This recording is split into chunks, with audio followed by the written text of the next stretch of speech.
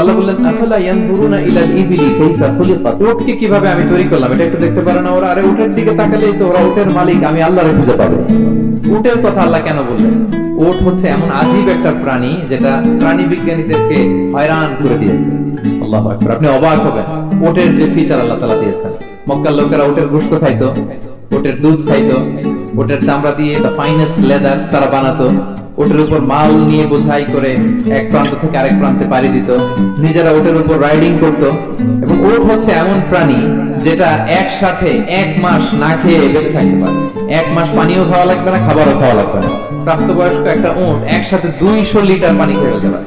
এবং উটের পেটের ভিতরে একটা স্পেশাল ওয়াটার চেম্বার আছে, ওই চেম্বারে রেখে দেয়, যখন লাগবে ওইখান থেকে নিয়ে নিয়ে বেঁচে থাকে। 1 মাস না খেয়ে বেঁচে থাকে কি করে? উটের পিঠে দেখবেন একটা কুজ আছে, এই পুরো কুজটা হচ্ছে চর্বির আধার। উটের যখন খাবার থাকে না মরুভূমিতে, মাসের পর মাস যখন চলে, ওই চর্বি থেকে এনার্জি নিয়ে সে মরুভূমিতে চলে, সে না খেয়েও বাঁচতে পারে। আমাদের চোখের মধ্যে যেমনি একটা পাপড়ি, এরকম এক পাপড়ি দিয়ে উটকে আল্লাহ বানায় নাই, ডবল লেয়ারের পাপড়ি দিয়েছে। কারণ মরুভূমির মধ্যে চলতে পথে লু হাওয়া থাকবে, মরুভূমির সাইমুন, বালুর ঝড়, এই ঝড় মোকাবেলার জন্য, লু হাওয়া মোকাবেলার জন্য ডবল লেয়ারের চোখের পর্দা। একটা পর্দা ফেলে রাখে আর একটা খুলে সে হাঁটতে থাকে, তার কিছুই হয়। আমাদের 98 ডিগ্রি ফারেনহাইটের স্বাভাবিক তাপমাত্রা, তাই না?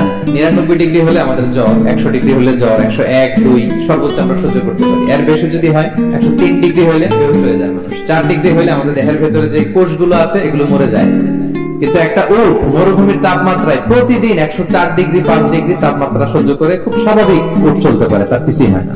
এবং মরুভূমির মধ্যে যে ক্যাকটাস আছে, গুলমলতা, বড় বড় কাঁটা জাতীয় গাছ, যে কাঁটা পৃথিবীর কোনো প্রাণী খেতে পারবে না, কিন্তু একটা উট অনায়াসে খেয়ে ফেলতে পারে।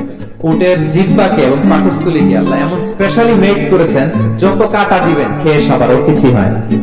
সুবহানাল্লাহ।